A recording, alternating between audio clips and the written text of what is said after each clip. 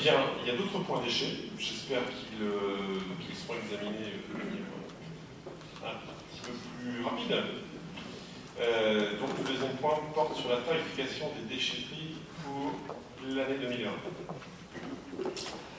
Donc ça concerne effectivement les tarifs des déchetteries en 2020. Donc, pareil, le principe équitable, pour responsabiliser les producteurs de déchets, incite à réduire la production de déchets. Donc généralisation de la facturation professionnelle à compter du 1er juillet 2020. Actuellement, facturation en place sur Saint-James, environ Saint-Jean, Saint-Auvin, Saint-Hilaire et Pontorson. C'est pour rappeler que c'est quelque chose qui existait déjà sur un certain nombre de territoires. Établissement public à compter du 1/7/2020. Actuellement, uniquement la commune de Saint-James est facturée.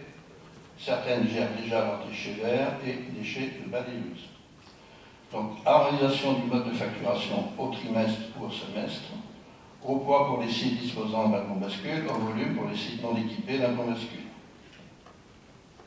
Donc, tarification 2020 pour les professionnels et les établissements exonérés de TOM, excepté pour les communes où ces tarifs sont divisés par deux. Donc, déchets en mélange encombrant gravat non inerte, bois A et B, carton et ferraille, 25 € du mètre cube au volume, au poids 150 € de la tonne. Coût minimum appliqué inférieur à 20 kg égale 2,40 €. Les déchets verts, 11 € du mètre cube, 80 € de la tonne.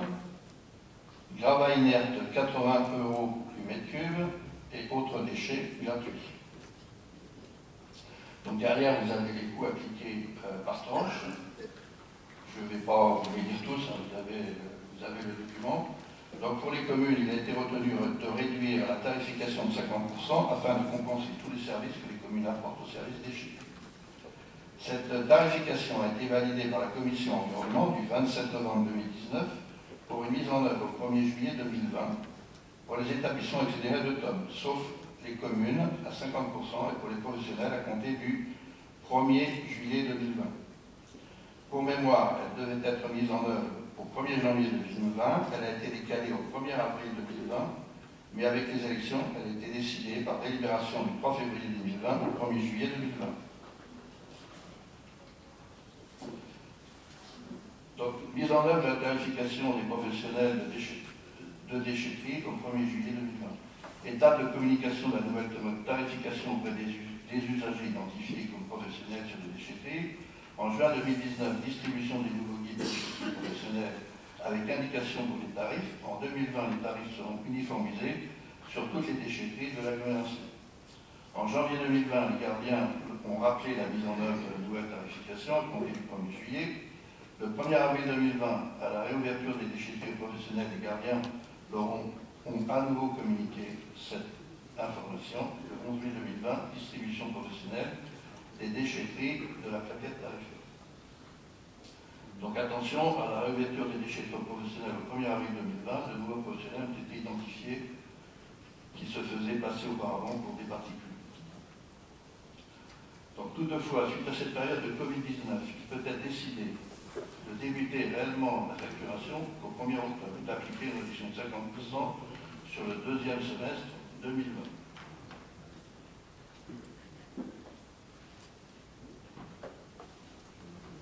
Donc, pour pouvoir assurer la facturation, il y a du matériel en attente, donc des PDA, smartphones pour les gardiens, qui seront délivrés aux gardiens le 8 octobre 2020. Un logiciel, donc en cours de finalisation de paramétrage, et des badges d'identification des professionnels qui sont en cours. Alors, ces quelques retards techniques n'empêchent pas la mise en œuvre de la facturation au 1er juillet. Cependant, donc, les élus, lors du comité d'orientation du 1er juillet 2020, ont échangé sur la mise en œuvre des tarifs déchetterie prévus initialement le 1er juillet 2020. Leur décision était la suivante. Facturation à blanc jusqu'en octobre. En septembre-octobre, revoyure en proposant de façon globale un plan post-Covid incluant des propositions d'annulation de loyer, de tarifs de redevance aux entreprises. Donc pas uniquement sur les déchetteries. Alors vous avez un exemple de tableau sur la facturation du mois de juillet.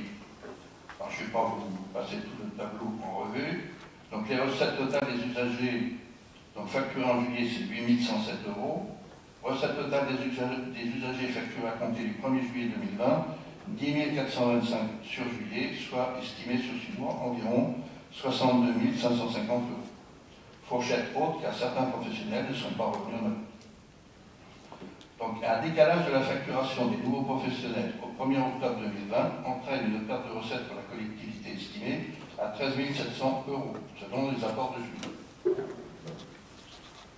Donc la proposition est la suivante. Suite à la période de confinement liée au Covid-19 et à l'impact financier que cette crise a engendré sur le secteur économique, il est proposé de respecter la décision du comité de l'orientation du 1er juillet et par conséquence d'appliquer la nouvelle tarification à compter du 1er octobre 2020 et non au 1er juillet 2020.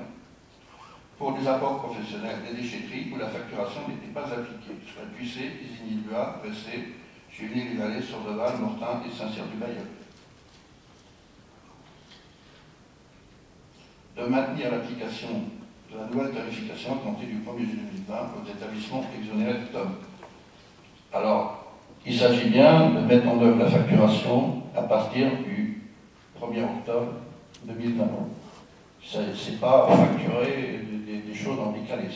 On tient compte de la facture à partir du 1er octobre 2020. Ce qui a été pratiqué, c'est des facturations à blanc entre le 1er juillet et le 1er octobre pour tester le logiciel. Voilà. Est-ce qu'il y a des questions sur ce... Alors, Thierry Lemoine lève la main dans le fond de la salle. Jean-Paul Ronchin ensuite.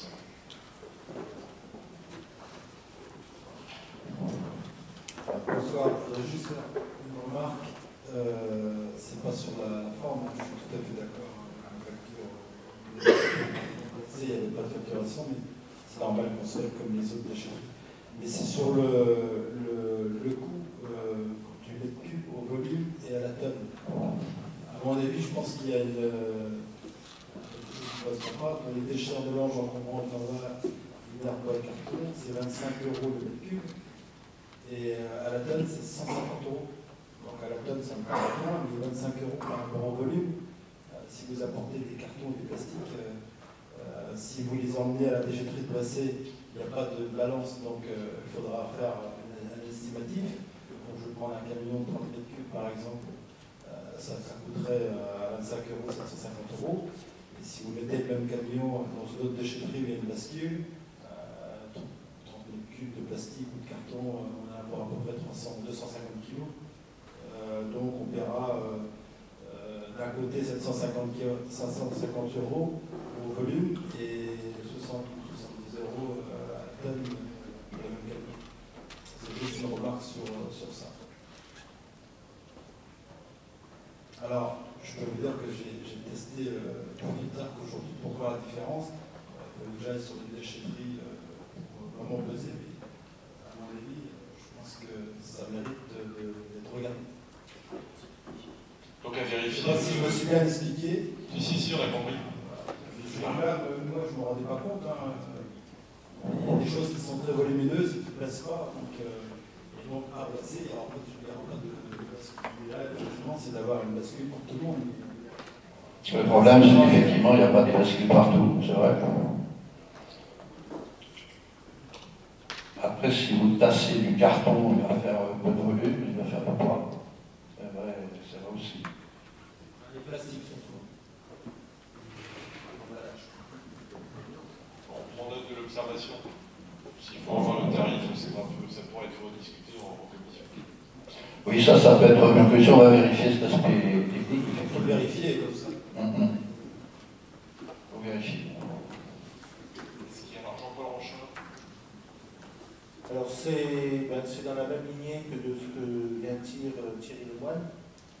Déjà, vous mettez type de déchets en mélange. Dans une déchetterie, on apporte peut-être des déchets en mélange, mais on se doit de les trier. Donc je pense qu'il serait souhaitable de faire des familles, puisque les densités sont disponibles. Aujourd'hui, si vous en avez besoin, je vais vous donner les densités. Mais 1 m3 de carton, qu'il soit plié, ça va vous faire 300 kg.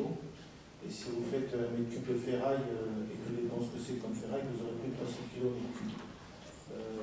à l'identique pour, j'allais dire, les déchets non inertes. Là-dessus, on n'est pas du tout sur les mêmes densités.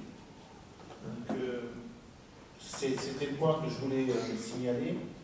Par contre, quand vous mettez autres déchets gratuits, est-ce que vous n'avez pas peur d'inciter l'apport des déchets dangereux qui sont collectés, dont le coût de traitement est quand même supérieur à celui du carton, du plastique ou de la ferraille, et qui fait que ce sont des coûts qui sont supportés par la collectivité? J'aurais souhaité avoir quand même, par rapport à l'apport de ces déchets dangereux, une tarification, qu'elle soit au volume ou au poids, parce que ce sont des factures qui, à la fin de l'année, sont quand même très onéreuses pour les déchetteries, même si on a des produits qui sont collectés pour zéro, notamment pour les huiles de vidange, mais tous les autres produits, ce sont des traitements spéciaux qui coûtent excessivement cher. Oui, en fait, les déchets dangereux sont interdits en déchetterie pour les professionnels. On n'a pas traité ça. Alors, moi, je comprends toutes les remarques et tout ça, mais tout ça a été quand même vu et traité en groupe de travail. Après qu'il y ait des ajustements à faire, notamment sur cette histoire de mètres cubes et autres, ça peut être quelque chose qui peut être revu autrement. Le principe, c'est de se dire que, bon, est-ce que sur les tarifs, mis à part le fait qu'il peut y avoir un écart entre la façon dont on perçoit les tonnages et l'équipage, ça c'est vrai. Après, si par exemple on dit 150 € la tonne, c'est bon, et 25 € le mètre cube, c'est bon, ce qui peut être compliqué, c'est de dire qu'est-ce qu'on mesure en mètre cube, qu'est-ce qu'on mesure en tonnage. Mais la ferraille, on ne va pas la mesurer en mètre cube, elle va forcément être en tonnage. Ceci dit, comme il n'y a pas du tonnage partout, on se trouve effectivement dans une évaluation. Donc là, il y a peut-être un souci effectivement sur cette partie-là. En se disant, ben voilà, dans le mètre cube de ferraille, avec une densité moyenne de la ferraille, on dit, ben ça fait 30 tonnes, 30 kilos.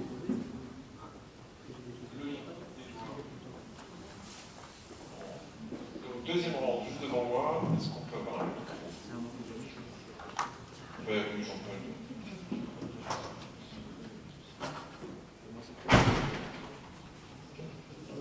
Oui, donc je pense que le déchet en mélange, un jour ou l'autre, va arriver à... C'est pas normal que du carton, du bois ou de la ferraille viennent en déchet en mélange. Je pense qu'au bout d'un moment, il faudra arriver... C'est peut-être difficile pour les artisans, mais qu'on ne mélange pas tout. Et je pense qu'il y a des possibilités. J'ai un copain agriculteur qui commence à... Le carton, il arrive à le broyer, il s'en sert pour du broyage pour ses dettes. C'est un truc qu'il essaie de faire. Et je pense que là, il y a des économies à faire. C'est pas normal que les déchets en mélange comme ça, je pense. En fait, les déchets sont triés dans les déchetteries, ils ne sont pas en mélange. Le problème, c'est que quand, si vous voulez, les groupes de travail ont fait une étude sur une densité moyenne. La base des calculs, c'est ça, c'est combien on reçoit de déchets de quel type, combien on reçoit de déchets de quel type, et on arrive à faire une densité moyenne par rapport au cubage. Alors, bien sûr que ce n'est pas l'idéal, mais ceci dit, il faut quand même, à chaque fois que vous mettez, on va dire, des contraintes de mesure, c'est aussi des coûts. Or, aujourd'hui, on a des déchetteries qui sont, dans bien des cas, pour lesquels il y a beaucoup de travaux à faire, il y a beaucoup d'investissements à faire, donc il y aura peut-être des choses à revoir au niveau de ces investissements-là, sur la façon de mieux traiter cela. Mais de toute façon, on est bien obligé d'avancer à un moment ou à un autre. C'est normal d'avancer, mais je pense qu'à un moment donné, c'est à réfléchir là-dessus. Il y a souvent quelque chose pour éviter des coûts dans les années à venir. Mais on est d'accord là-dessus. On est bien d'accord. Sauf que dans les années à venir, encore une fois, pour que nos déchetteries soient adaptées réellement. Aujourd'hui, ce n'est pas le cas. On a une réalité dont il faut tenir compte. Si je peux me permettre, on est en train de refaire le discours de la commission, c'est pas le sujet de la délibération. Donc, David, je suis bien fait prendre la parole et ensuite passer à autre chose.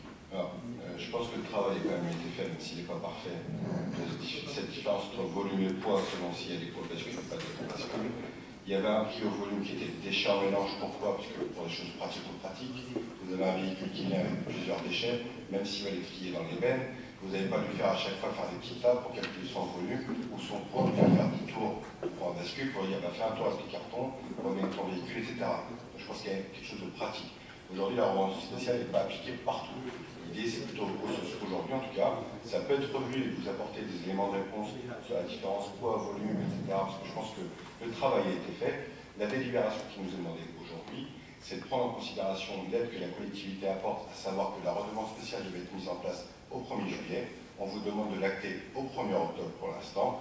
Voilà. S'il faut vous apporter des éléments de réponse, on vous les apporte techniquement. Mais honnêtement, restons sur la délibération qui est-ce que vous êtes d'accord ou non de ne pas appliquer la redevance spéciale à partir du 1er juillet, mais au 1er octobre. Et même si l'Assemblée doit être un débat, il faut qu'on soit vigilant à ne pas refaire la discussion des commissions. C'est juste une question en fait d'harmonisation entre les déchetteries. Voilà, on ne va pas débattre de la technique, comment voilà, on peut financer dans le point des déchets, mais c'est juste d'harmoniser entre les déchetteries sur un délai qui est plus long que celui qui avait été prévu initialement. Rien de plus que ça. La difficulté, c'est qu'aujourd'hui, on ne peut pas vraiment harmoniser parce qu'on n'a pas les mêmes outils. Et donc, c'est vrai que David a raison. Aujourd'hui, il y a un existant, il y a une façon de fonctionner, et il faut revenir au fait de la délibération. Est-ce que vous êtes d'accord qu'on décale à partir du 1er octobre 2020 la facturation dans les déchetteries? En gros, la question c'est celle-là. Je vous propose que vous fassiez le vote des après.